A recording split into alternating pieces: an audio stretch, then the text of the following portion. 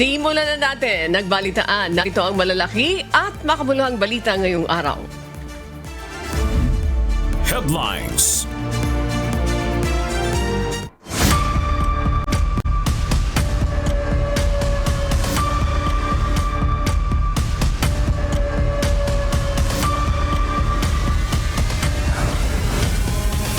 Vice President Sara Duterte, impeachment trial.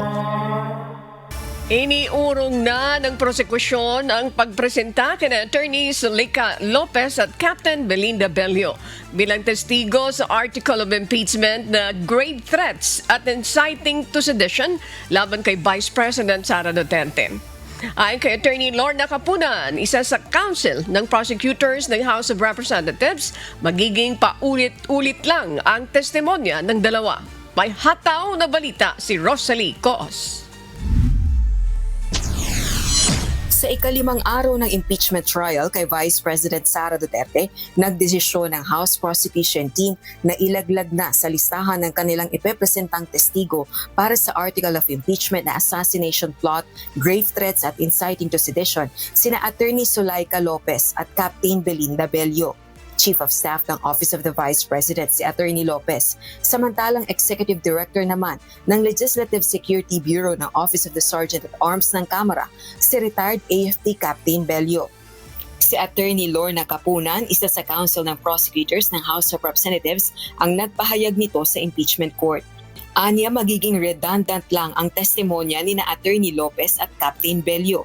Kasunod ito ng ginawang pagtestigo ni National Bureau of Investigation Senior Agent John Mark Calilo at NBI BARM Director Jeremy Lotok na nagsagawa ng pagsiyasat sa umano'y threat video ni VP Duterte laban kina Pangulong Ferdinand Marcos Jr., First Lady Lisa Araneta Marcos at dating House Speaker later Representative Martin Romualdez. It is the wisdom of the public prosecutors as expressed through this representation that we find it totally unnecessary, redundant, and a surplusage to still present Attorney Zuleika Lopez and as well Captain Belinda Bello. Nadetene si Lopez sa House of Representatives noong November 2024 matapos patawan ng contempt ng House Good Government and Public Accountability Committee sa gitna ng ginawang pagdinig sa maling paggamit ng confidential funds ng Vice Presidente.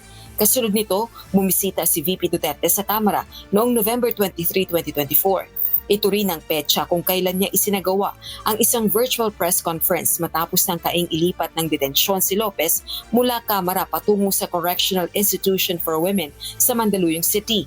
Si Captain Bello ang nagsilbi ng detention transfer order. Sa naturang virtual press conference, binitiwan ng pangalawang Pangulo ang kontrobersyal na pahayag at umano'y pagbabanta sa buhay ng matataas na opisyal ng pamahalaan.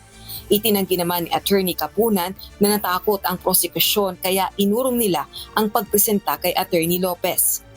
Hindi po kami natakot na baka may possible cross-examinations which will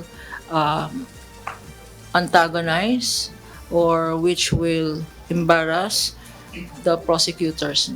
Maaari pa rin namang ipresenta ng prosekusyon si Attorney Lopez bilang testigo sa ibang article of impeachment laban kay VP Duterte. Sa pre-trial order, kabilang ang OVP Chief of Staff sa mga testigo para sa article na maling paggamit ng confidential funds. Para naman sa article na grave threats at inciting to sedition, naniniwala rin ang private prosecutor na hindi na kailangang ipatawag pa si VP Duterte. Pero depende pa rin anya ito sa desisyon ng House prosecutors. As regards this article, it will be a matter of study. But there are three more articles. And we don't want to discuss the merits. Baka masubjudice ako dito. But that is a matter of strategy. But for this particular article po, ito pong grave threats and inciting to sedition, you're not considering na po si VP Duterte na ipatawag yung formal manifestation niyo or motion sa Senate Impeachment Court? We will defer to the decision of the public prosecutors kasi we're just private prosecutors. And but if I were asked, it is not necessary for this article.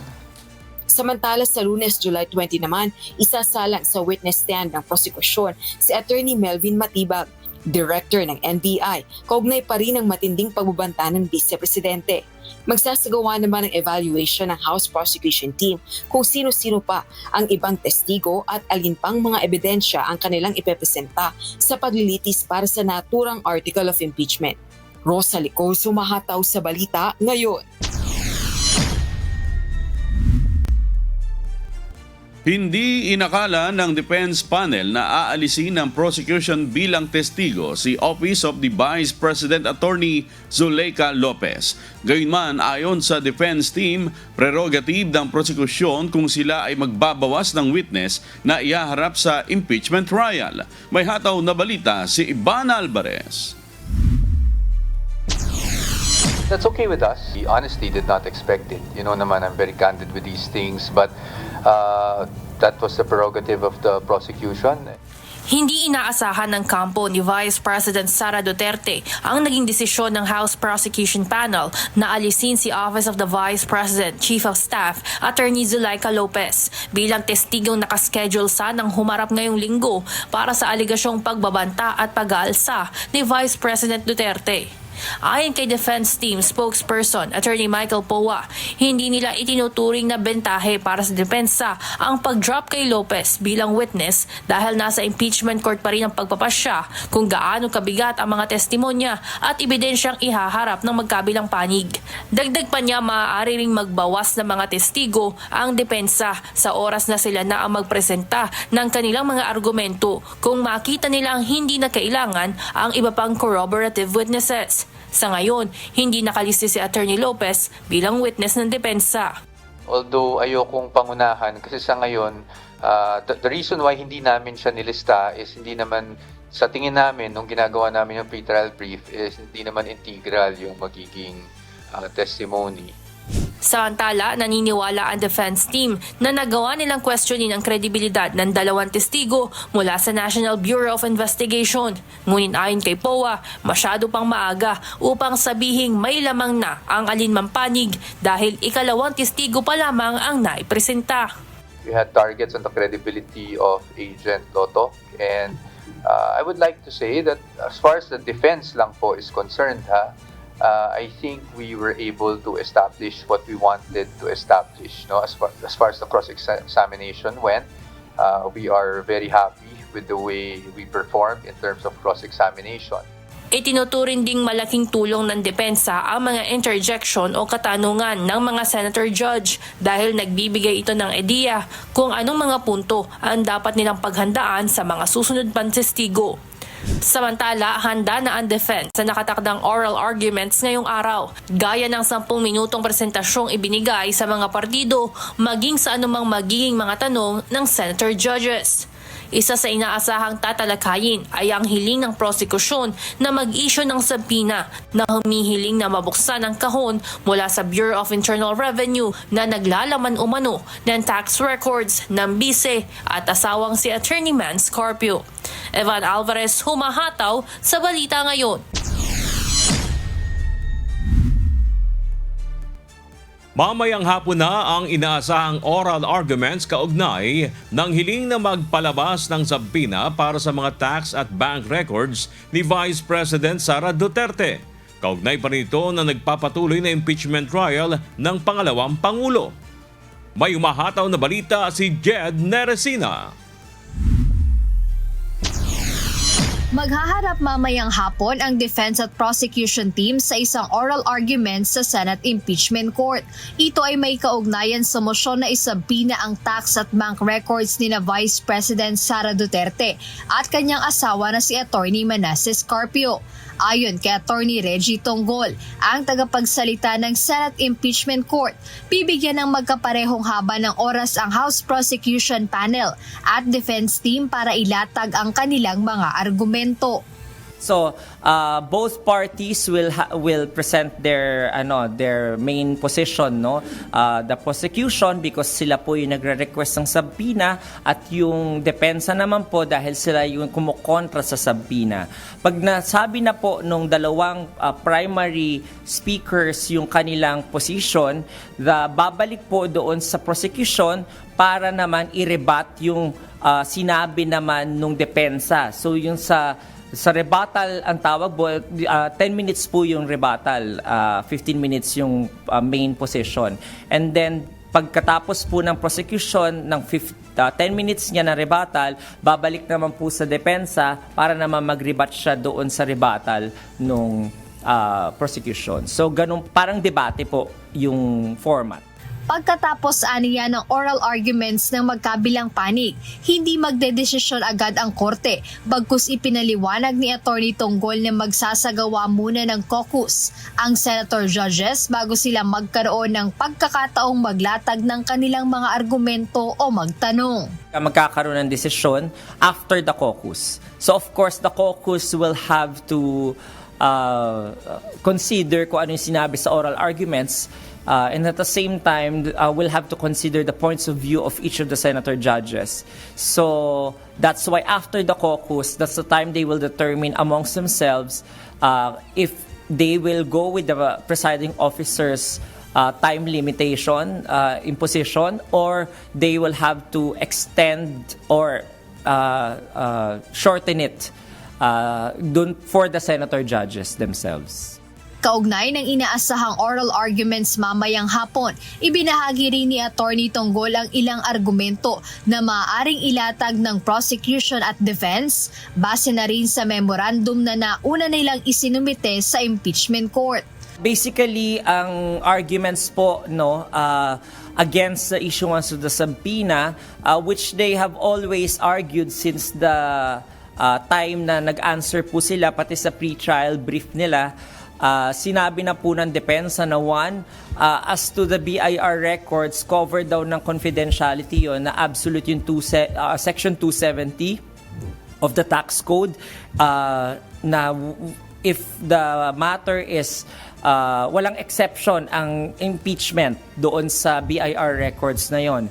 Second, ang objection nila is to the term of the ITRs and the tax records that is being asked, nakasama yung mga years na bago pa man naging yung vice presidente, bago siya naging impeachable officer.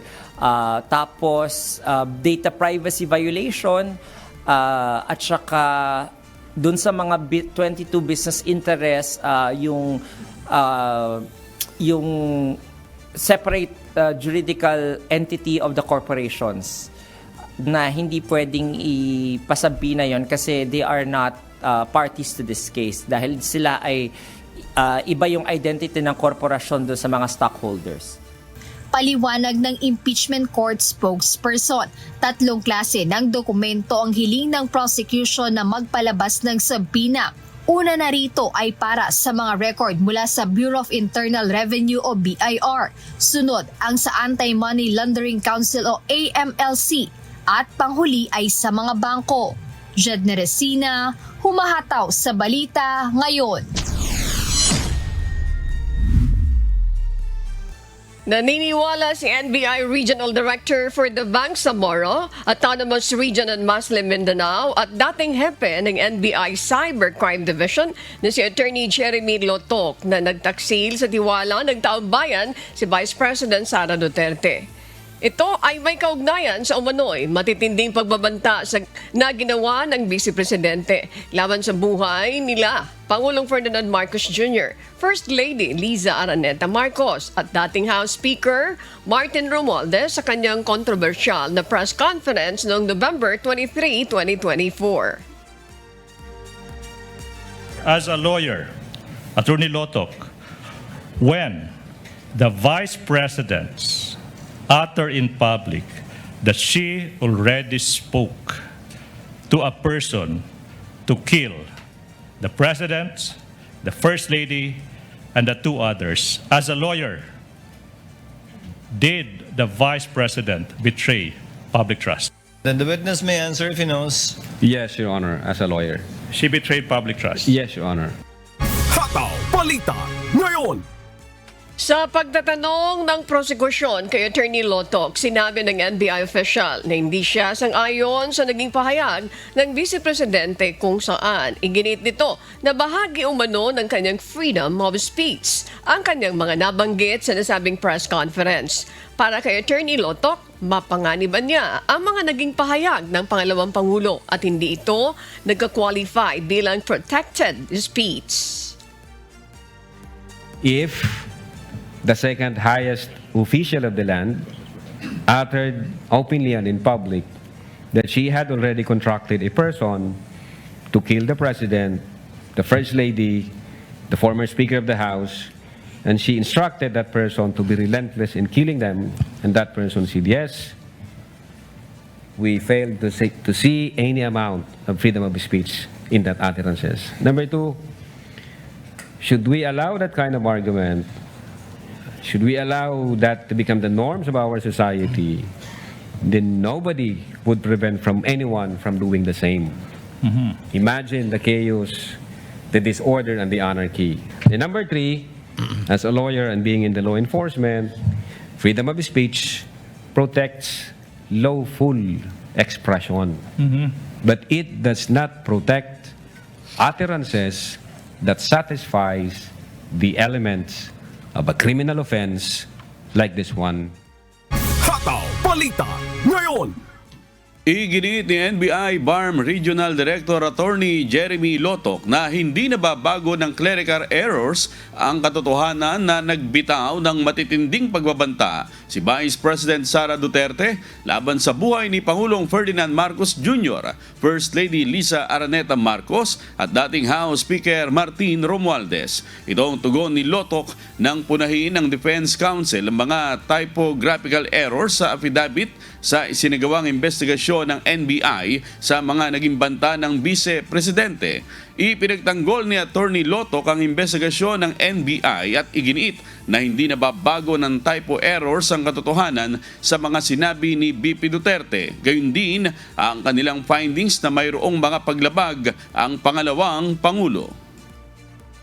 With all these mga infirmities, and you mentioned that your case is airtight, don't you think that these errors constituted violations of due process? Your Honor, the existence of these typographical errors does not alter the fact that the video exists, does not alter the fact that the Vice President uttered those statements, does not alter the fact na ang NBI mayroong findings at ang findings nila, the Vice President committed the crime of grave threats and inciting to sedition. Hataw Balita ngayon.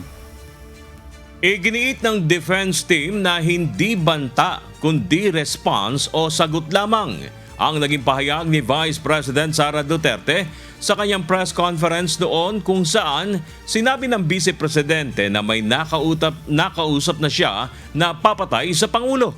Sa cross-examination ng defense lawyer na si Attorney Mark Binluan kay NBI BARM Regional Director Attorney Jeremy Lotoc, tinalakay na ang tungkol sa Article 4 ng impeachment, Articles of Impeachment na tumutukoy sa umano'y matitinding pagbabanta ng Vice Presidente laban sa buhay ni Pangulong Ferdinand Marcos Jr., First Lady Liza Araneta Marcos at former House Speaker Martin Romualdez. Pero paliwanag ni Attorney Binluan, ang mga pahayag na ito ni VP Duterte sa isang press briefing ay maaring hindi ituring na banta kundi pawang sagot lamang nito sa question and answer.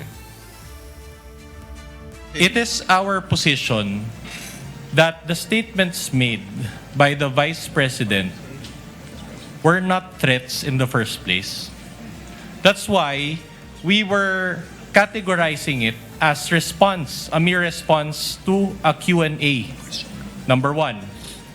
Number two, it was never aimed directly at BBM, FL, and the former speaker. In other words, had they not watched the video, for example, they wouldn't have known about it. So in other words, Your Honor, there was no threats to begin with. And so even the discussion on the elements is not really applicable insofar as determining the innocence or guilt of the Vice President.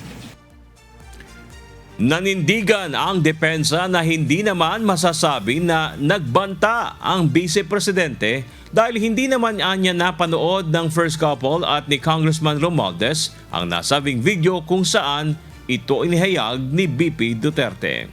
Hataw Balita ngayon.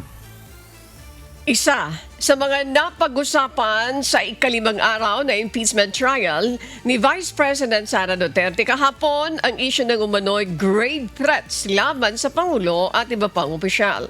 Tinanong ni Senator Judge Pia Cayetano ang NBI witness na si Attorney Jeremy Loto kung ano ang pagkakaiba ng babala at banta at kung kailangan bang marinig o maramdaman muna ng tinutukoy na tao ang umano'y pagbabanta. What would be the difference between a mere warning and a threat? I mean, warning and a threat, ma'am. At what point does a warning become a threat? Warning is maybe there is a what we call an event-based condition. Pwedeng ganon na pag inulit mo itong gagawin ko sa'yo. Pwede hong warning yon. Di ba ganun yung threat? Yung threat, Your Honor, pag ang threat is with a condition, pwede ho siyang mag-fall ng ganon. Pag sinabi ng threat is, pag ginawa mo to, ito ang gagawin ko sa'yo, papatayin kita, papatayin ko yung pamilya mo, papatayin ko yung ganyan. So para siyang nag-overlap, depende sa appreciation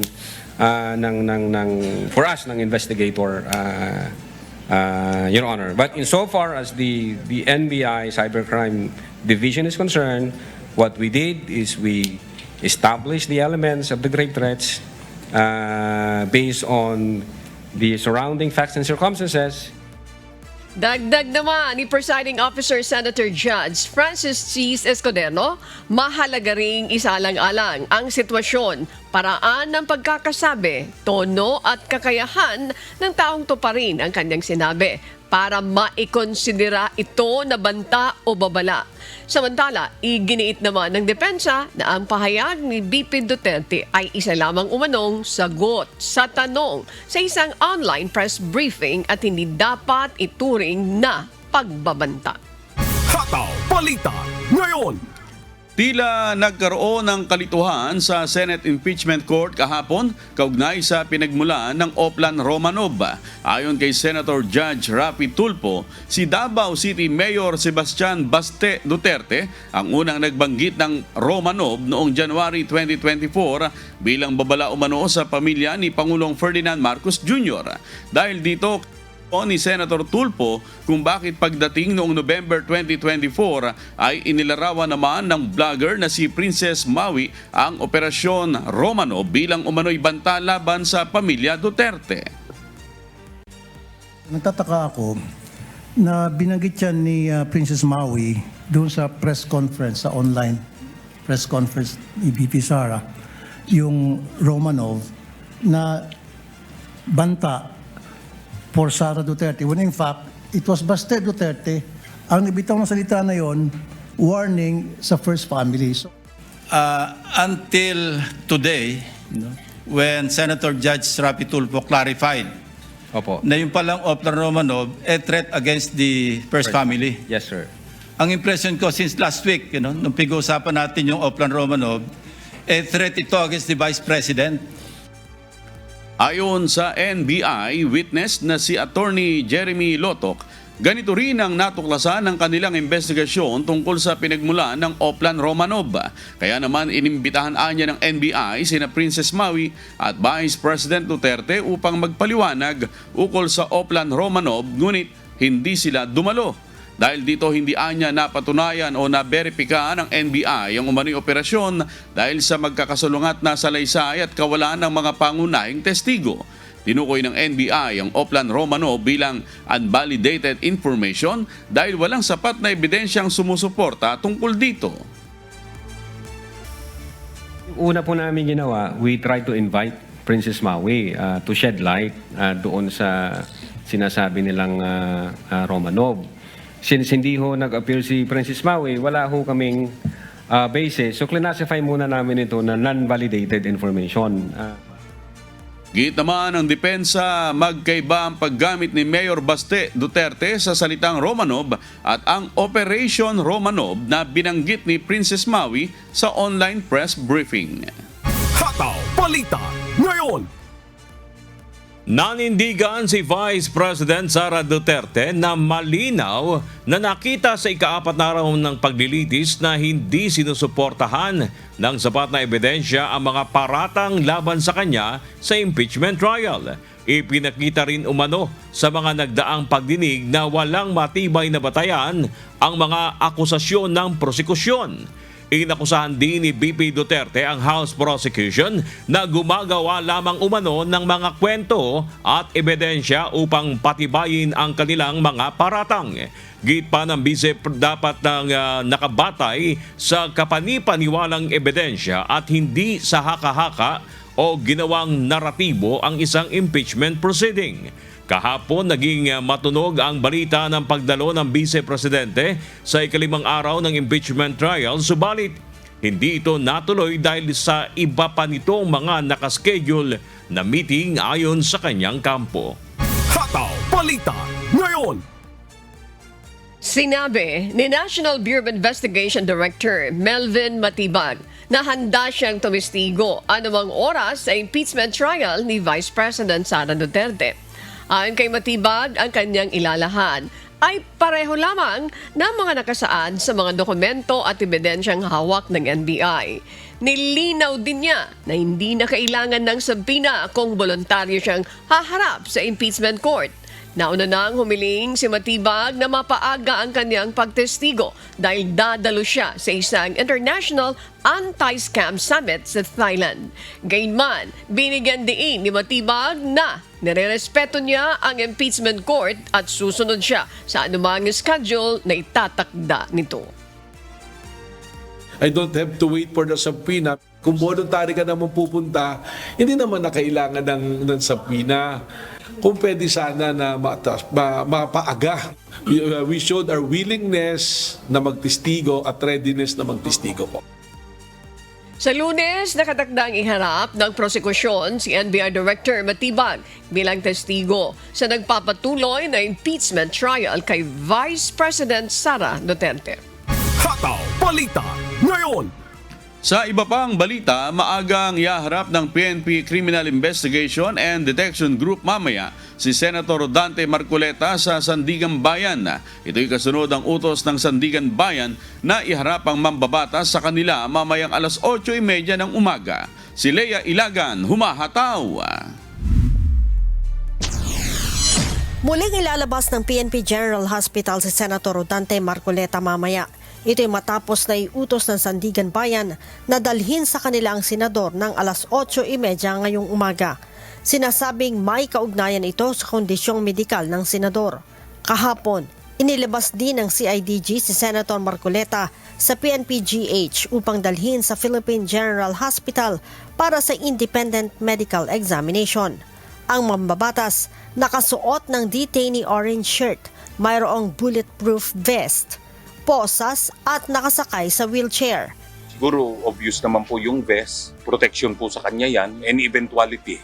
We plan for any eventuality, lahat po ng contingency ay pinagpaplanuhan natin. Of course, personal protection po ng ating senador. Ayon kay CIDG NCR Chief Police Colonel John Giagi, muling isinalang sa eksaminasyon at test si Senator Marcoleta sa PGH.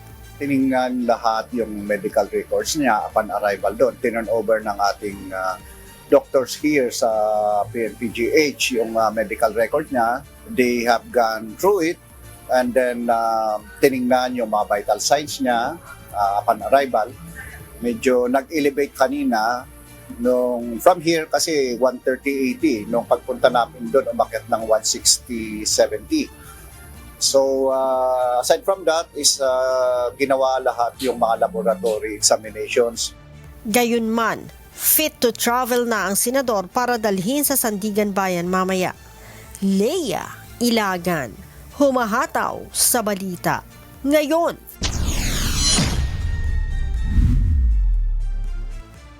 Kinontra ng kampo ni Senator Jinggoy Estrada ang mosyon ng Office of the Ombudsman na i-discharge o alisin bilang akusado si dating Department of Public Works and Highways o DPWH Secretary Manuel Bonoan sa kasong graft sa Sandigan Bayan 2nd Division. Dumalo sa pagdinig kahapon si Bonoan para sa nasabing mosyon. Ayon sa kampo ni Senator Estrada, tapos nang maarin o basahan ng sakdal ang kanilang kliyente. Apektado nito ang kanilang paghahanda kung babaguhin ang kaso oras na inalis si Bonoan bilang akusado. Dagdag pa rito ang sinabi na mayroon umanong conspiracy o sabwatan kina Bonoan at Estrada. Kapag inalis si Bonoan bilang akusado ay mawawala nila ang teorya ng sabwatan. Nanindigan naman ang prosekusyon o ombudsman na mayroon silang diskresyon kung sino ang kakasuhan o hindi.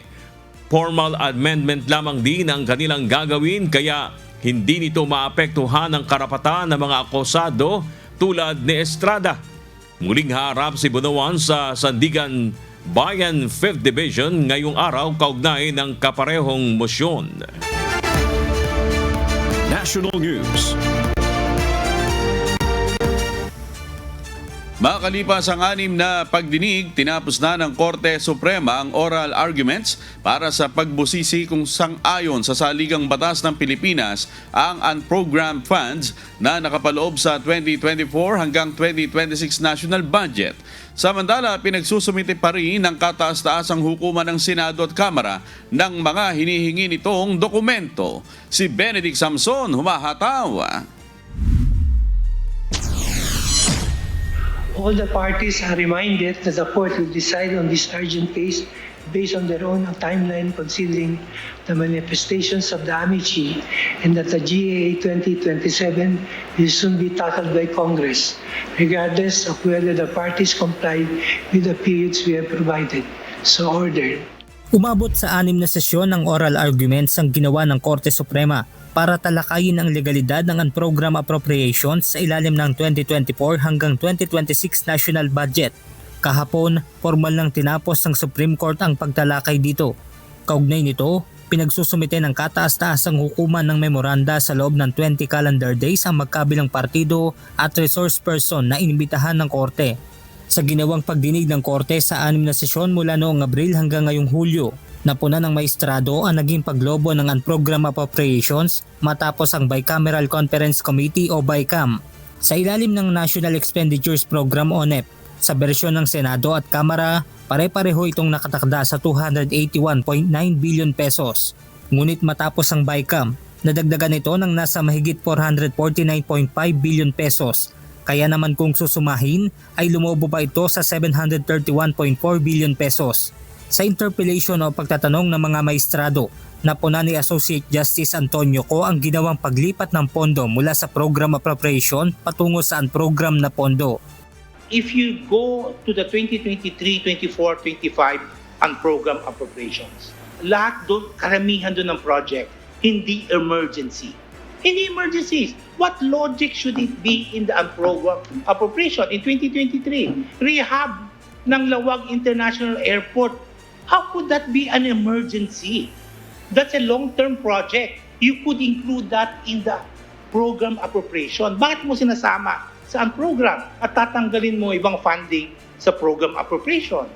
Samantala, 15 calendar days naman ang itinakda ng Supreme Court para isumite ng Senado at Kamara ang hinihinging supporting documents tulad ng manifestation, certification at dokumento kaugnay ng nangyaring paglobo sa UA. Is it possible that the court asks the representatives of Congress, both the House and Senate, to file a compliance with the court under oath attesting to what you are now telling us, that in fact they do not have the records?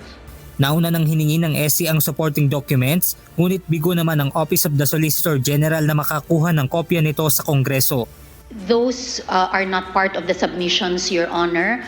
We relayed to our clients, the House and the Senate, and they furnished us with the BICAM report and their joint explanation of the differences in that were effected in the changes during the BICAM meeting, Your Honor. May I share with you, like, there are some institutional concerns also for them. They were saying that we have already provided the BICAM report and the joint explanation, which are all that are required under their rules, Your Honor. Benedict Samson, humahataw sa balita ngayon. Iimbestigahan ng National Bureau of Investigation ang hinggil sa nadiskubre nitong umano'y irregularidad sa pagpapatayo ng isang sports complex sa may New Tarlac City sa Tarlac. Sinasabing galing umano sa budget insertion ang pondong ginamit sa pagpapatayo nito. Si Benedict Samson, humahataw. Sinisilip na ng National Bureau of Investigation ang ginawang proseso ng paglalaan at pagpapalabas ng pondo sa ipinatayong sports complex sa New Clark City sa lalawigan ng Tarlac. Ayon kay NBI Director Melvin Matibag, natuklasan nila na ang pondong ginamit para maipatayo ang naturang pasilidad ay galing umano sa budget insertion. Dagdag pa ng hepe ng NBI, nagkataon na may nalaman siyang impormasyon tungkol sa ipinatayong istruktura nang bumisita siya sa proposed NBI Academy sa Tarlac. Nakarating sa amin, may titingnan kami rito, may kailangan kami imbestigahan dahil nakarating kami rito, bilyon-bilyon pala yung pumasok dito na pera na unliquidated. At mayroong private company rito na na-involve na binayaran ng 10 billion at ang pagbabayad to insertion sa GAA. Bukod sa naturang sports complex, iniimbestigahan din ng NBI ang issue ng umano'y 50 million pesos na halaga ng itinayong cauldron na siyang pinaiilawan bilang hudyat ng pagsisimula ng malalaking Olympics. Iba pa yun, yung sa Caldero na kaso, I think it's ongoing pero sisilipin na rin namin. Ito yung tungkol dun sa, it's a Malaysian company na sila yung nag-build ditong port area na to. Walang bidding, tapos nabayaran ng mabilisan. Matatandaan na noong taong 2019, ginamit ang naturang sports complex noong maging host ang Pilipinas para pagsagawaan ng Southeast Asian o SEA Games. Benedict Samson, humahataw sa balita ngayon. Apat na FA-50 fighter jet at isang C-130 transport aircraft ang ipinadala ng Philippine Air Force sa Australia para makilahok sa Exercise Peace Black 2026. Kasama rin sa ipinadala ng grupo ang maigit 200 miyembro ng Philippine Air Force kung saan gaganapin sa Northern Australia ang pagsasanay. May hataw na balita si Ryan Lacanlale. Lumipad na patungong Australia ang apat na FA-50 fighter jet at isang C-130 transport aircraft ng Philippine Air Force para sa Exercise Peace Black 2026.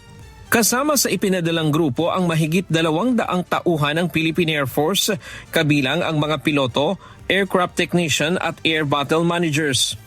Ayon kay Philippine Air Force spokesperson Colonel Maria Cristina Basco, layunin ng pagsasanay na mas mapahusay ang kakayahan ng mga piloto at tauhan ng Philippine Air Force at mapalakas ang pakikipagtulungan nito sa ibang mga bansa. The exercise provides a valuable platform for enhancing interoperability, strengthening operational readiness, and deepening defense cooperation through complex tactical flying missions and integrated multinational training. Hindi muna ibinahagi ni Colonel Basco ang eksaktong mga pagsasanay na isasagawa. Pero sinabi nitong magkakaroon ng iba't ibang air combat exercises kung saan sabay-sabay na magsasanay ang mga kalahok na bansa. Kasama rin sa grupo ang mga air battle managers na tutulong sa pagmomonitor at pangangasiwa ng ilang bahagi ng exercise. The Philippine Air Force participation in Exercise Pitch Black 2026 reflects its continuing commitment to building a credible, agile, and multi-domain Air Force by enhancing operational capabilities, strengthening interoperability with allied and partner air forces, and contributing to the Armed Forces of the Philippines' broader objective of promoting regional security, stability, and a rules-based international order. Bago umalis ang contingent, nagsagawa ng send-off ceremony ang Philippine Air Force noong Hulyo 6 sa Florida Blanca, Pampanga.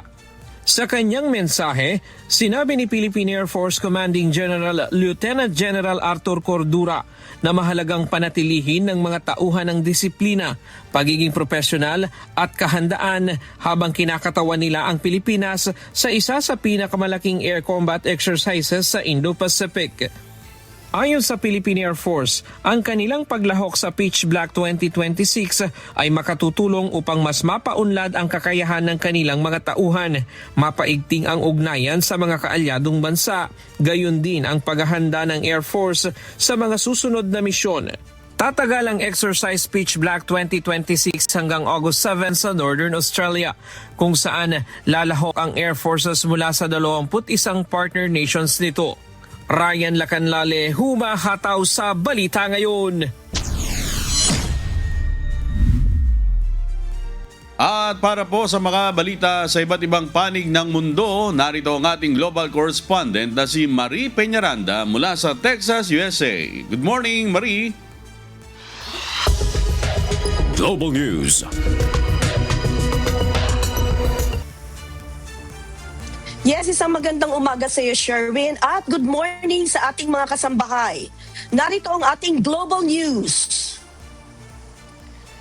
Nagbabala si Israeli Prime Minister Benjamin Netanyahu sa Iran na mas matinding pagganti ang haharapin nito sakaling muling atakihin ng Israel sa gitna ng lumalalang tensyon sa gitnang silangan.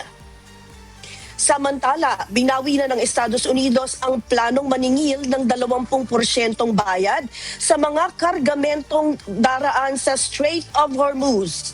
May hataw na balita si Noel Poliarco. Nagpapatuloy ang labanan ng Estados Unidos, Israel at Iran sa kabila ng mga pagsisikap na maibalik ang tigil putukan. Sa pinakabagong pag-atake, muling binomba ng US Central Command ang ilang target na military facility ng Iran, kabilang ang Bushehr, Bandar Abbas at iba pang lugar. Bilang ganti, tinatarget ng Iran ang mga base militar ng Estados Unidos sa Kuwait, Bahrain at Jordan. As you know, we have tremendous amounts of ammunition. We have numbers that we haven't had in years, and we're hitting them very hard, and it'll continue, and we'll see what happens, but we're knocking out all of their offensive capability. Kinundena naman ng United Arab Emirates ang mga pag-atake ng Iran sa dalawang tanker sa Strait of Hormuz na ikinasawi ng isang crew member at ikinasugat ng 8 pa. Sa kabila ng nagpapatuloy na pag-atake, naniniwala pa rin si Trump na posible pa rin makabuo ng kasunduan ang dalawang panig. But you think a deal is still possible? You think they'll return to that? Yeah, I think a deal is possible, sure, I do. Samantala, nagbitiw naman ng matinding babala si Israeli Prime Minister Benjamin Netanyahu laban sa Iran sakaling muling maging target ng mga pag-atake ang Israel. אנחנו ערוכים לכל תרחיש. אני יכול להגיד לכם רק דבר אחד. לא, אני אגיד את זה למנהיגי איראן. אל תבנו על כך שיהיה שקט אם תתקפו אותנו. אל תבנו על כך שיהיה שידור חוזר. כי זה לא יהיה שידור חוזר. הוא היה מספיק עוצמתי. זה יהיה שידור אחר, עוצמתי הרבה יותר. נגמרו הימים שמישהו פוגע בנו ואנחנו לא מכים אותו מכה אחת אפיים. עשינו את זה לציר הרשע באיראן ונמשיך לעשות זאת לכל מי שיפגע בנו. ככה אנחנו עושים. Habang nagpapatuloy ang tensyon, nananatiling sentro ng alitan ng Strait of Hormuz. Una nang nagbanta si Trump na kukunin ng Estados Unidos ang pamamahala sa mahalagang waterway na agad na inalmahan ng Iran. ماجراجویی‌ها و شرارت‌های مکرر آمریکا برای دخالت در مدیریت تنگه هرمز، امنیت منطقه، تجارت بین‌المللی و عبور و مرور کشتی‌های نفتکش و تجاری را به طور جدی به مخاطره انداخته و متأسفانه همکاری برخی کشورهای منطقه نیز موجب شده خطر گسترش جنگ در سراسر منطقه افزایش یابد. بر این اساس اعلام می‌گردد پیرو هشدارهای قبلی Kinontra rin ni Iranian Foreign Minister Abbas Araghchi ang pahayag ni Trump kaugnay ng pagiging guardian ng Hormuz Strait. Giit ni Araghchi, matagal nang ang Iran ang nagtitiyak ng kaligtasan ng mga sasakyang pandagat na dumadaan sa mahalagang rutang ito at mananatili nila itong pangangalagaan. Samantala, sa kanyang huling post sa Truth Social, binawi na ni Trump ang kanyang naunang planong maningil ng 20% bayad sa mga kargamentong dadaan sa Strait. Ayon sa Pangulo, sa halip na maningil ay papalitan ito ng mga trade at investment deals mula sa mga bansang Gulf. Kasabay, iginiit din ni Trump na bukas ang Strait of Hormuz para sa lahat, maliban sa mga barkong may kaugnayan sa Iran. Ipinatutupad na rin ng US ang blockade sa mga daungan ng Iran bilang ganti sa mga umano'y paglabag ng Iran sa napirmahang Memorandum of Understanding. Noel Polyarco, humahataw sa balita ngayon.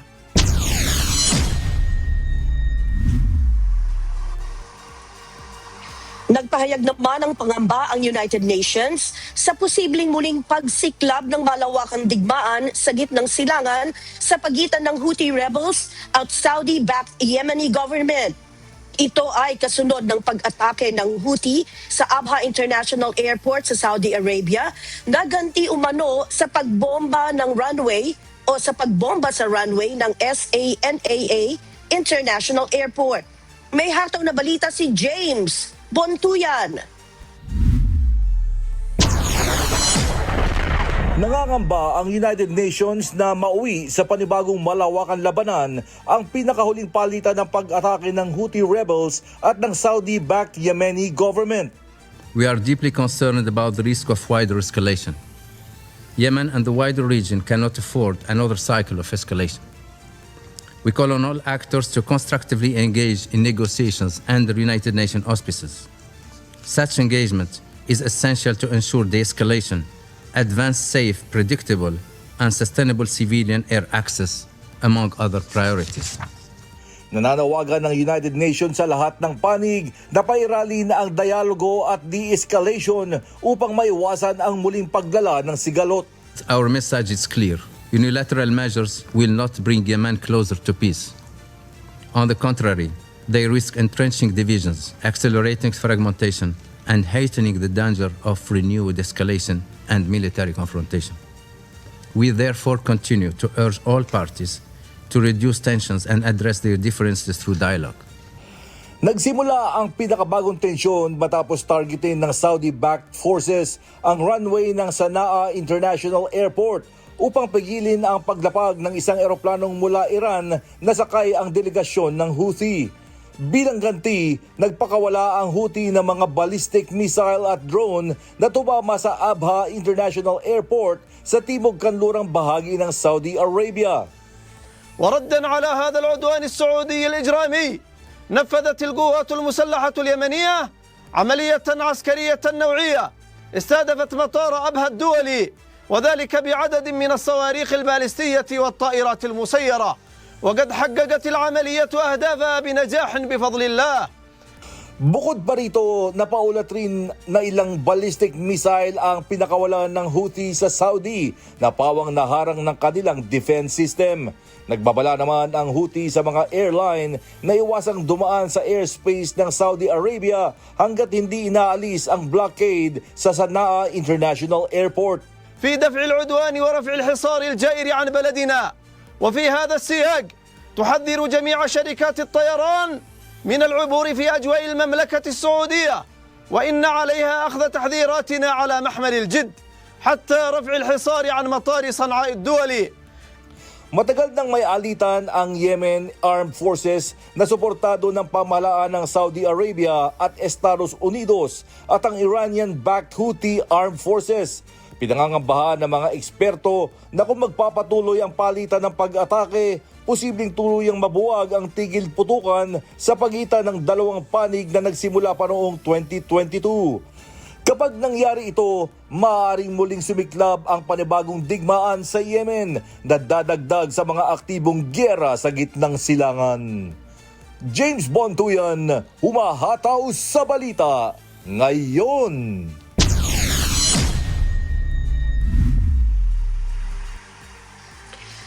Pinawagan ng China sa mga bansa sa Europa na itigil ang pagsuporta sa arbitral ruling kaugnay ng South China Sea. Ayon sa Chinese Foreign Ministry, walang karapatan ang mga bansa sa Europa na makialam o magbigay ng komento sa issue ng teritoryo at karagatan ng China. Kasunod ito ng joint statement ng ilang bansa sa Europa na nagsabing walang legal na batayan ang malawakan at malawak na pag-aangkin ng China sa South China Sea. Dahil dito, ipinatawag din ng China ang mga kinatawan ng ilang embassy at delegasyon ng European Union upang ipaabot ang matinding pagtutol nito.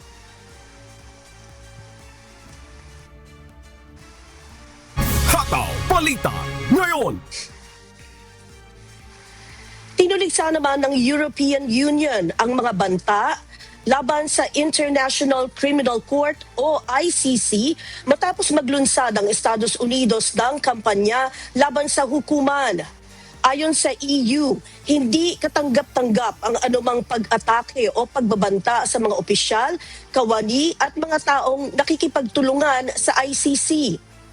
Nauna nang inanunsyo ni US Secretary of State Marco Rubio ang malawakang hakbang ng Trump administration upang buwagin ang ICC dahil anila nagbabanta ito sa soberanya ng Estados Unidos. Iginiit din ni Rubio na ginagamit ng ICC ang international law upang usigin ang mga American official at kawal sa iba't ibang operasyon. Bilang tugon, muling ipinahayag ng European Union ang suporta nito sa international criminal justice at sa pananagutan para sa mga matitinding krimen gaya ng war crimes, genocides at crimes against humanity. Hataw Balita ngayon. Nasawi ang isang Colombian national matapos barilin ng isang ahente ng US Immigration and Customs Enforcement o ICE sa isang immigration operation sa estado ng Maine. Ayon sa ICE, tinangka umanong tumakas ng lalaki at nagdulot ng banta sa kaligtasan ng mga otoridad kaya nagpaputok ang isang opisyal. Inilagay na sa leave ang sangkot na ahente habang isinasagawa ng US Department of Homeland Security ang investigasyon kaugnay sa insidente.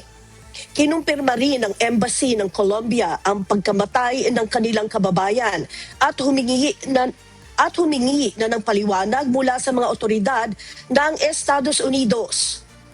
Nagprotesta naman ng mga residente at mga grupong nagtataguyod ng karapatan ng mga immigrants habang nanawagan ang mga lokal na opisyal ng masusi at malayang investigasyon. Hataw Balita ngayon. Nagwelga ang mga health workers sa isang Ebola treatment center sa Democratic Republic of Congo dahil sa mahigit 2 buwang hindi umano pagbabayad ng kanilang sahod at benepisyo. Kabilang sa mga nagprotesta ang mga doktor, epidemiologist, case investigator, driver at grave digger na pansamantalang nagsara ng pagamutan. Iginiit ng mga health worker na hindi nila nais itigil ang kanilang serbisyo, ngunit hindi na rin nila kayang magpatuloy ng walang natatanggap na sahod. Kinilala naman ng pamahalaan ng DRC ang pagkaantala sa pagbabayad at tiniyak na aayusin ng mga problema sa listahan ng mga tauhang dapat makatanggap ng sweldo. Ito ay sa gitna ng patuloy na paglala ng Ebola outbreak sa bansa kung saan halos 2,000 na ang kumpirmadong kaso at mahigit 700 na ang nasawi. Hataw Balita ngayon. Umabot na sa 6 ang bilang ng mga nasawi sa sunog sa isang construction site sa Brussels, Belgium kahapon, July 14. Ayon sa mga otoridad, lahat ng mga nasawi ay natagpuang magkakasama sa elevator na bumagsak sa gitna ng insidente. 2 manggagawa at 1 bumbero naman ang dinala sa ospital habang patuloy ang investigasyon sa sanhi ng sunog na nagsimula sa 2 palapag ng gusali. Bumisita rin sa lugar ang hari ng Belgium na si King Philippe at Prime Minister Bart de Wever habang nagpahayag ng pakikiramay ang mga opisyal sa mga naulila. Hataw Balita ngayon. At yan po ang mga balita mula sa iba't ibang panig ng mundo. Mula po rito sa Austin, Texas, USA. Ako si Marie Peñaranda. Magandang araw po. Tuwing buwan ng Hulyo, ginugunita ang National Disaster Resilience Month alinsunod sa iminamandato ng Executive Order No. 29. Kaugnay nito, isa po ang pwersa ng Philippine Air Force sa mga ahensya ng gobyerno sa mga nangunguna sa pagsasagawa ng humanitarian assistance at disaster response capabilities tuwing may kalamidad. At ngayong umaga, nasa Villamor Air Base sa Pasay City ang ating UNTV Radio Mobile Booth. Sakay ang ating kasama na si Benedict Galasan at kasama po niya si Lieutenant Colonel Mark Joel De Los Reyes, ang Director for Operations ng 505th Search and Rescue Group ng Philippine Air Force. Magandang umaga po sa inyo. Magandang umaga po sa inyo. Yes, magandang umaga sa inyo dyan sa studio, Bernard at Ma'am Annie and Sherwin. At gaya po ng nasabi ninyo dyan sa studio, kasama natin live this morning dito sa ating UNTV Radio Mobile Booth si Lieutenant Colonel Mark Joel De Los Reyes ng Philippine Air Force para pag-usapan po ang tungkol sa National Disaster Resilience Month ngayong buwan. At syempre, una na agad nating tanungin. Good morning po, Sir Joel. Ano po ba ang mandato ng Philippine Air Force pagdating po sa NDRRMC sa mga pagresponde sa sakuna? Good morning, Sir Benedict. Sa Philippine Air Force, under din kami ng AFP. Meron tayong batas na tinatawag na yung Republic Act 10121. Andun nakasaad sa batas na ang AFP ang magiging search and rescue cluster ng NDRRMC. So, part ng AFP, yung Air Force, ganun din ang mandato ng Philippine Air Force. Part kami ng search and rescue cluster ng NDRRMC. Siyempre, pag sinabi nating Philippine Air Force, parang more on, sabi natin, talagang gera or pagtatanggol sa ating bansa, pagbabantay sa seguridad ng ating bansa. Pero pagdating po sa disaster, ano po ba yung pinaghahandaan natin pagdating sa kakayahan ng Philippine Air Force sa pagresponde sa mga sakuna? Well, ang larangan ng Air Force is more on paglipad ng mga helicopter tsaka ng mga cargo planes. So, ang mga ginagawa namin is mostly magmadadala kami ng mga relief goods, mag-evacuate kami ng mga pasyente, or ang isa rin is yung aerial assessment ng damage sa isang ARDA sa isang kalamidad. No, kasi pagka Sir Joel, pagdating ng isang disaster, halimbawa lindol, yung access sa land medyo mahirap. So napakalaki nung bahagi na magamit natin ng airspace natin para mas mapabilis yung pagdadala ng mga tulong. Ganun po ang pinakabahagi ng Air Force. At ngayon pong National Resilience Month, paano nyo po nakikita na napakahalaga ng pakikipag-ugnayan ng inyong grupo ng 505th sa lahat ng mga LGU or sa lahat ng lugar na pupuntahan natin in case na magkaroon ng disaster? Depende sa, yun nga yung napag-uusapan kanina, yung incident command system. Merong incident managed team na magsasabi kung ano yung kailangan, kung ang incident management team sabi niya kailangan namin ng ganitong helicopter, kailangan namin ng ganitong equipment. Yan, doon papasok ang Philippine Air Force. So ito po, nakapasok na dun sa incident command system na pinapractice natin ngayon dito sa ating bansa. Nakita niyo po ba na napaka-effective nitong ICS sa mga ganitong insidente? Opo, kasi pagka dati nung wala pang ICS, nung nagre-respond kami, walang nagsasabi sa amin kung ano yung priority natin na area, ano yung susunod na gagawin, ganun. at least pag mayroong incident command system, mayroong prioritization tsaka kung saan yung kailangan, anong equipment ang kailangan or anong eroplano ang kailangan, mga ganun bagay. Mas nade-determine na natin ngayon yung pangangailangan at yung capability din ng mga kagaya po ninyo sa Air Force o ano yung pwede nyo maitulong sa isang disaster. So yan po yung maaring hindi aware yung ating mga kababayan na lahat is pwedeng tumulong pagdating sa disaster. Ang kailangan lang ma-identify ano yung kakayanan mo. At sa inyo po sa Philippine Air Force, ano pong mga trainings, anong mga pagsasanay ang ginagawa ninyo para po sa disaster preparedness and disaster response? Ang pwedeng kunin na mga training lalo na sa mga reservists or mga auxiliary or mga civilian is yung tinatawag naming search and rescue auxiliary training. Sa 505 lang po yun. Yun, matutunan mo paano mag-rappel sa helicopter o paano mo tatawagin yung helicopter, mga ganun. Maraming at saka marami pang mga skills na pwedeng ituro ng Philippine Air Force sa ating mga gustong magbigay ng serbisyo. Tama po ko, sir, na kanina napag-usapan na rin natin. Ang 505 is yan talaga ang talagang tutok na paghahanda sa disaster response talaga. Yun nga, dahil ang pangalan namin is Search and Rescue Group. Yun talaga ang tutok ninyo na under yan ng Philippine Air Force. Ngayon po, Sir Joel, yung pong ginagawa ninyong mga pagresponde, dumadalas na po na lumalakas na yung mga bagyo, yung iba't ibang mga kalamidad na ano yung nakikita nyong pagbabago sa pagtingin ng Philippine Air Force sa kakayanan natin pagdating sa disaster response? Ngayon, medyo mas, kung ikukumpara mo sa previous na kapabilidad ng Air Force tsaka ngayon, medyo mas high-tech na ngayon. May mga equipment na ng Air Force na mas magandang gamitin ngayon, lalo na sa bagyo. Merong, katulad ng isang helicopter, meron siyang, dati walang weather radar, tinatawag naming weather radar. Tsaka yung mga forward-looking infrared camera. May mga ganun ang equipment ang helicopter. So, madaling lumipad, madaling mag-search ng mga biktima, lalo na sa mga disaster areas. Na mas safe. Kasi siyempre, sa atin sa rescue, safety first tayo palagi. No? At saka may nabanggit kayo, sir, kanina, no?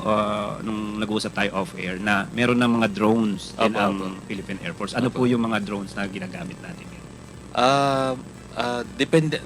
Actually, maraming may mga drones na kayang lumipad ng mga 8 hours, may mga drones na kayang lumipad ng ganitong ilang oras lang. Mayroong drone na kayang lumipad ng ganitong kataas or 10 to 10,000 feet ng so talagang kumpleto ang Philippine Air Force sa mga kagamitan ngayon na pangtulong sa disaster, maliban sa primary na trabaho. So yung drone nyo, hindi ito yung typical na drone na naiisip ng iba. Ito parang eroplano na rin. Dahil 10,000 feet mataas na yung naililipad niya. So ito, ginagamit ito for dun sa mga surveillance and pag-assess din ng lugar.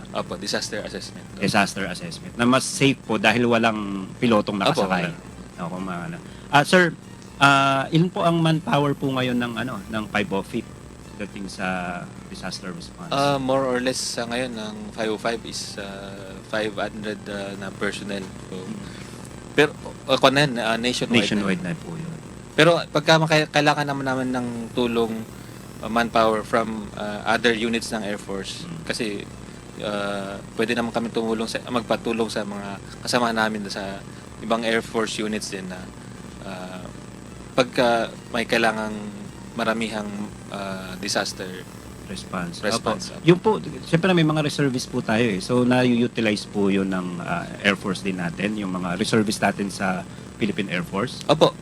Bawat region ng Pilipinas, merong tinatawag naming Air Force Reserve Center. Pag sinabi ng Air Force Reserve Center na kailangan namin ng doon sa area, sa region na yan, tatawagin niya yung mga reservists para tumulong dun sa disaster area. And do you encourage din yung mga kababayan? Kasi hindi naman lahat talaga into dun sa inyong truck na pinasok. Pero maaaring gusto nilang makatulong sa ganitong pamamaraan. Opo, kahit simpleng manpower lang, especially sa disaster, mga ganitong disaster, malaking tulong na po sila. Opo. Sige sir, baka meron po kayong gustong iparating sa ating mga kababayan. Alam ko meron din po kayong parang ginugunita ngayon dito sa atin sa Philippine Air Force. Pwede po kayo magpadala ng ano ba yung message niyo sa ating mga kababayan, lalo na sa paghahanda po sa sakuna.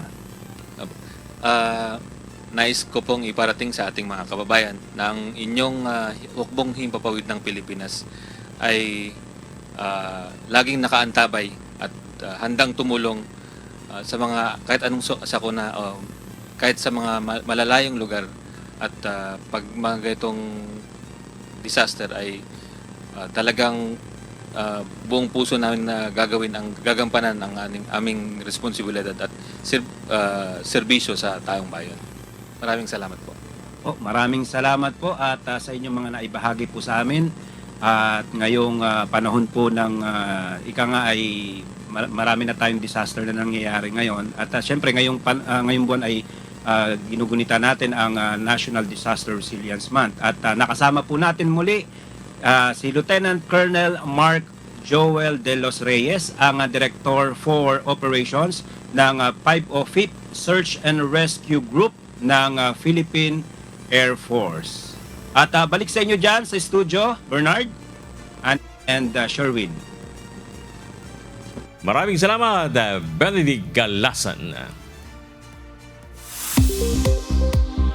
Weather News.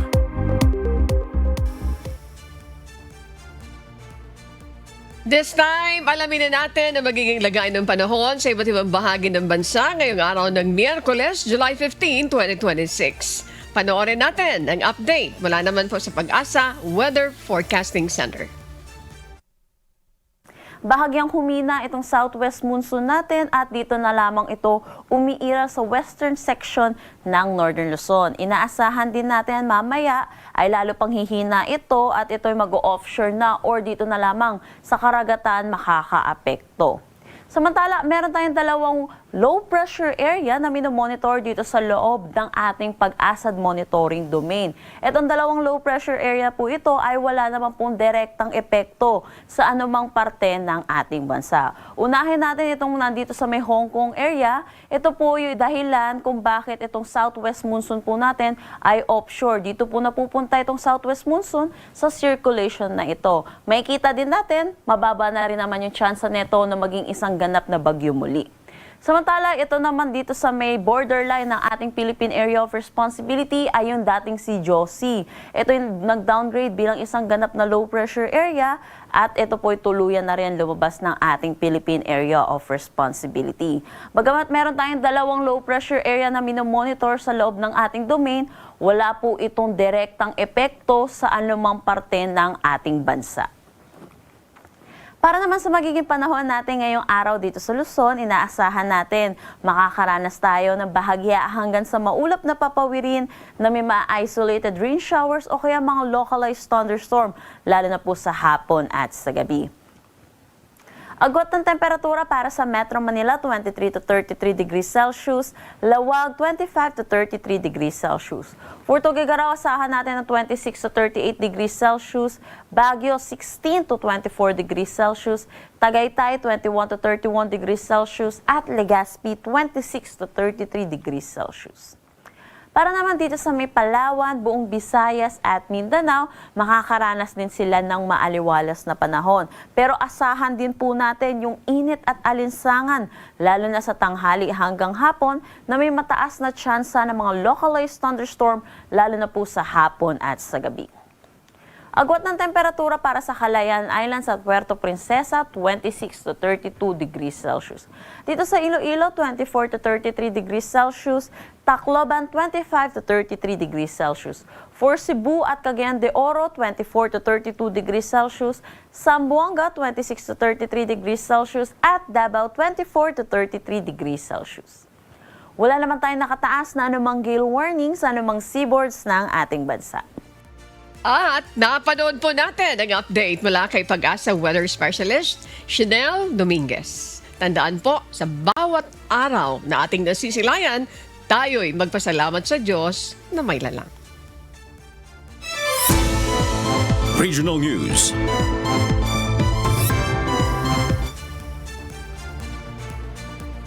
Binuksan na kahapon ng M-Terra Solar Company sa Puting Tubig, Gapan City, San Nueva Ecija ang kanilang pinagsamang pasilidad ng solar at imbakan ng enerhiya na baterya. Inaasang makakapag-supply ang proyekto ng 750 megawatts ng kuryente sa Luzon Grid at Clean Energy sa nasa higit 700,000 pamilya. Si Danny Munar, humahataw. Pinangunahan ni Pangulong Ferdinand Marcos Jr. ang inaugurasyon ng M-Terra Solar Project sa Puting Tubig, Gapan City, Nueva Ecija kahapon, July 14.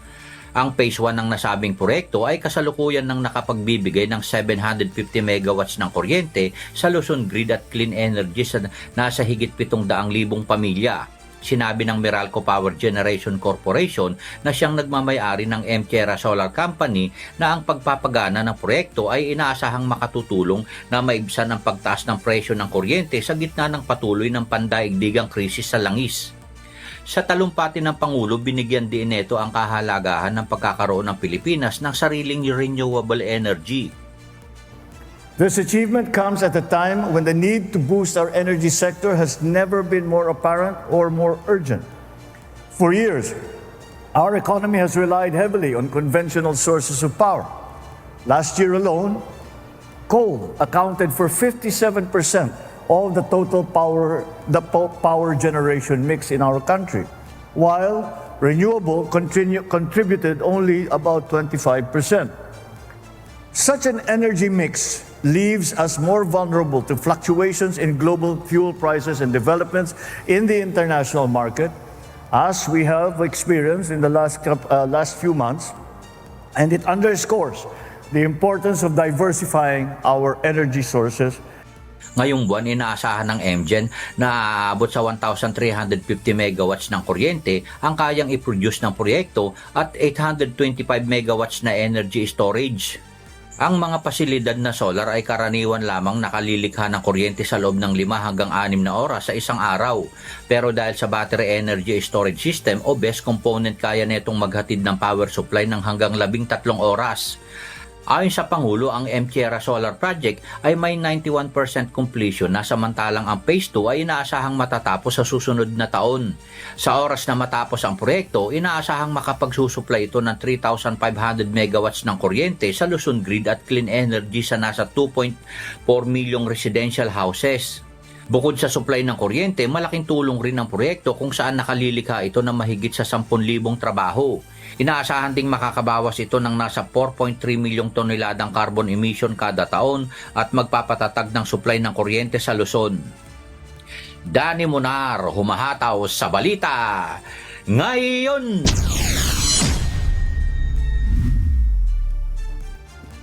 Nanawagan sa national government ang mga residente sa bayan ng Uson sa Masbate na sana ay masolusyonan ng kanilang problema sa kakulangan ng malinis na tubig sa kanilang lugar. Nag-aalala ang mga residente doon sa posibleng sakit na maaari nilang makuha dahil sa kawalan ng access sa malinis na tubig. Si Jerry Galicia, humahataw. Tahanan para sa mahigit 340 mga pamilya ang bulubunduking bahagi ng Barangay San Jose sa bayan ng Uson sa Masbate. Pahirapan ang pagpunta sa lugar dahil sa sirasi ng kalsada at maaari lamang na marating sa pamagitan ng habal-habala. Bukod sa sirang kalsada, problemado ang mga residente sa lugar dahil sa kawalan supply ng malinis na tubig na kanilang maiinom sa araw-araw. Isa si Aling Jocelyn Arendayin sa mga residente sa Barangay San Jose na matagal nang suliranin kung saan kukuha ng malinis na tubig. Kwento ni Aling Jocelyn, dumadayo pa siya sa malayong lugar upang makaigib ng kanyang maiinom. Subalit kailangan pa rin itong pakuluan bago maipainom sa kanyang mga anak at siya rin nilang ginagamit sa pagtitimpla ng gatas ng kanyang 2 apo. Pang saing, inumin, pang sa didi, pang pakulo. Pinapakuluan ko yung tubig para sa didi. Ini-sterilize ko. Ini-sterilize ng tubig bago yung ilagay sa didi para malinis. Hindi naman nagkasakit. Bagaman may itinayo ng water facility sa Barangay San Jose, ayon sa mga residente, hindi pa rin ito nakapagsusupply na malinis na inuming tubig. Ito yung water facility na itinayo dito sa Barangay San Jose na mayroong supply ngayon ng tubig dahil umulan ng ilang araw dito. Pero limitado ang supply nito dahil tatagal lamang ito ng mga ilang oras.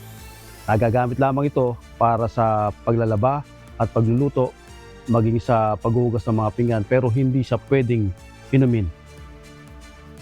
Paliwanag na kapitan ng Barangay San Jose, sinasabing hindi umano nasunod ang itinakdang disenyo ng proyekto kung saan nasa 120 feet ang dapat na lalim ng tubong ibinaon sa water facility para sana makakuha ng groundwater.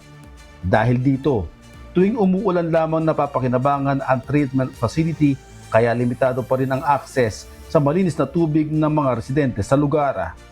Ito pag malakas ang ulan, yung dalawa na tangke kaya punuin sa mga isang oras. Pero yung patinding na tangke, hindi man talaga yan kaya supplyan ngayon. Wala tubig yan.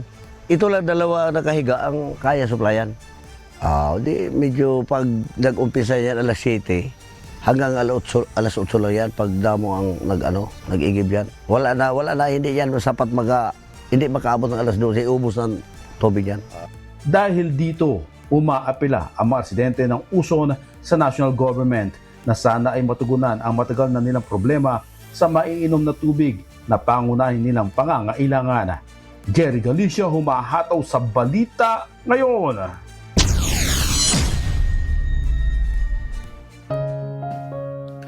At sa aming ibabahaging mga salita ng Diyos na ating sandigan mula sa Juan Kapitulo 7, talatang 38. Ang sumasampalataya sa akin, gaya ng sinasabi ng kasulatan, ay mula sa loob niya ay aagos ang mga ilog ng tubig na buhay.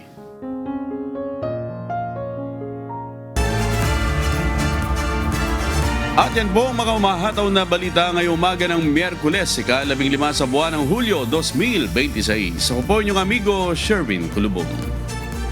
Sa ngalan ng lahat ng bubuo ng UNTV News and Rescue, UNTV Radyo La Verdad 1350 at ang ating mga correspondent mula sa Pilipinas at sa iba't ibang panig ng mundo. Ako naman po si Bernardanis. Wala nang bati sabi ni Ma'am Joanne, Christian. Dito po sa UNTV at UNTV Radyo La Verdad 1350, Diyos ang aming sandigan, serbisyo publiko ang aming pinahalagahan. Ako po si Annie Rantoy. Stand by for a while. Susunod na po ang Good Morning Kuya. Salamat po sa Diyos at magandang umaga.